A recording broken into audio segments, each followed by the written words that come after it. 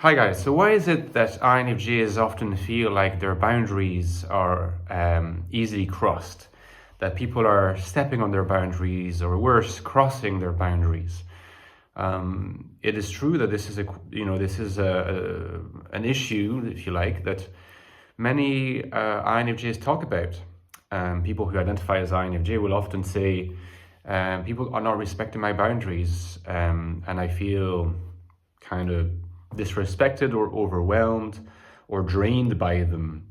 And with this particular kind of report comes the notion attached to it that often this crossing of boundaries or this stepping over boundaries is done not completely consciously and sometimes unconsciously, which is not necessarily described by the INFJ as any better because it carries with it even more of this notion of being taken for granted, in terms of boundaries.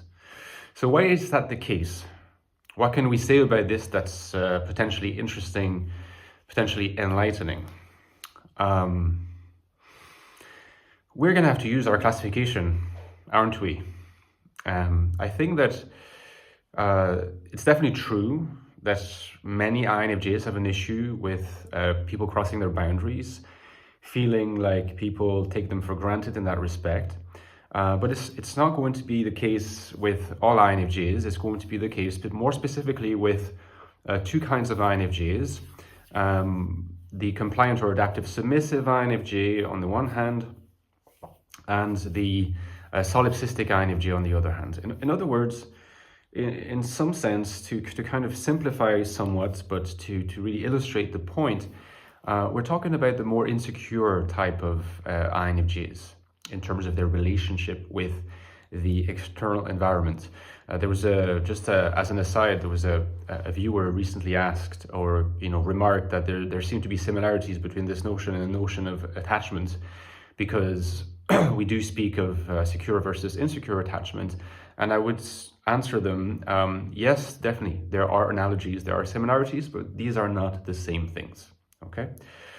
At some point, I could make a video on the relationship between my classification and attachment theory, although I have already done that to a degree, but I can return to it for sure. In any case, the more insecure, subtypes of INFJ, and again, we're talking about a spectrum. There's no extreme security, there's no extreme insecurity, there is a continuum, and depending on where you are, you're rather more insecure, rather more secure.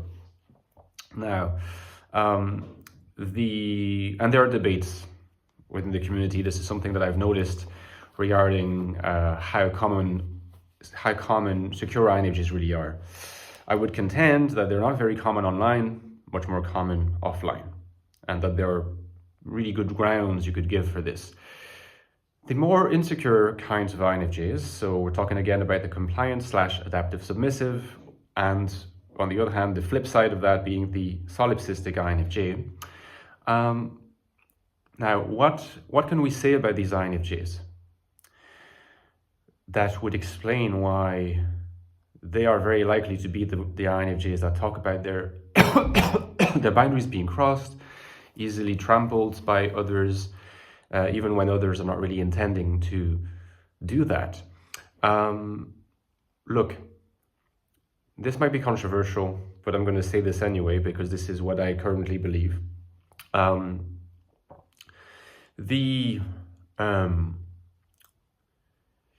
more you experience challenges in the development, construction, and maintenance of your ego, the more you're going to experience issues with boundaries in interpersonal relations.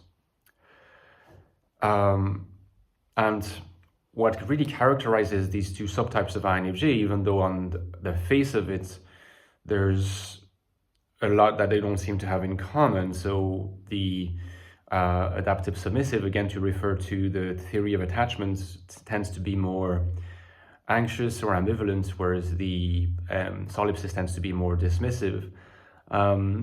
The fact of the matter is that at the core of this insecurity is a not quite completed ego. So, and we're not talking about someone having a huge ego or like a tiny ego. We're talking about an ego that somehow feels like not completely developed, not having achieved full maturity.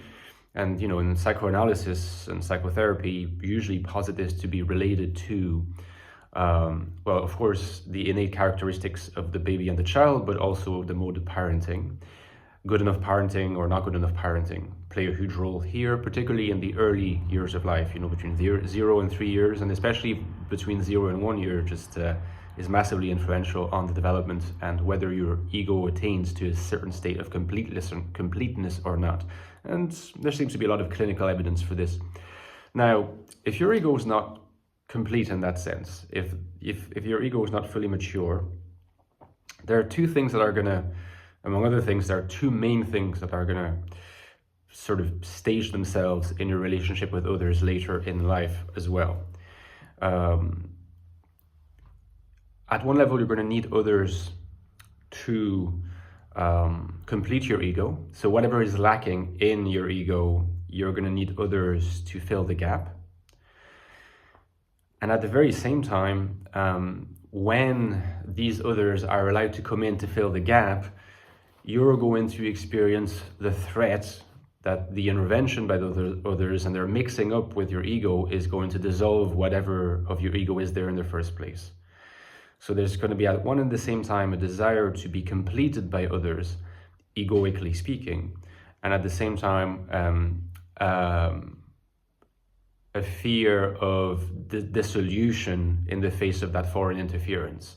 Now that has everything to do with the fact that the ego's boundaries are not well defined enough that this is going to have repercussions in the boundaries you have in everyday life.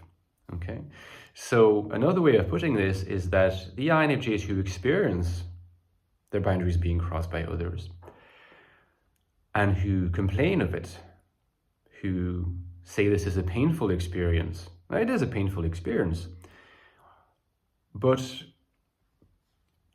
in a certain sense, unconsciously in the social dynamics of the particular situations, the vast majority of these INFJs are unconsciously encouraging the crossing of those boundaries and then feeling threatened once the other party has responded to their call.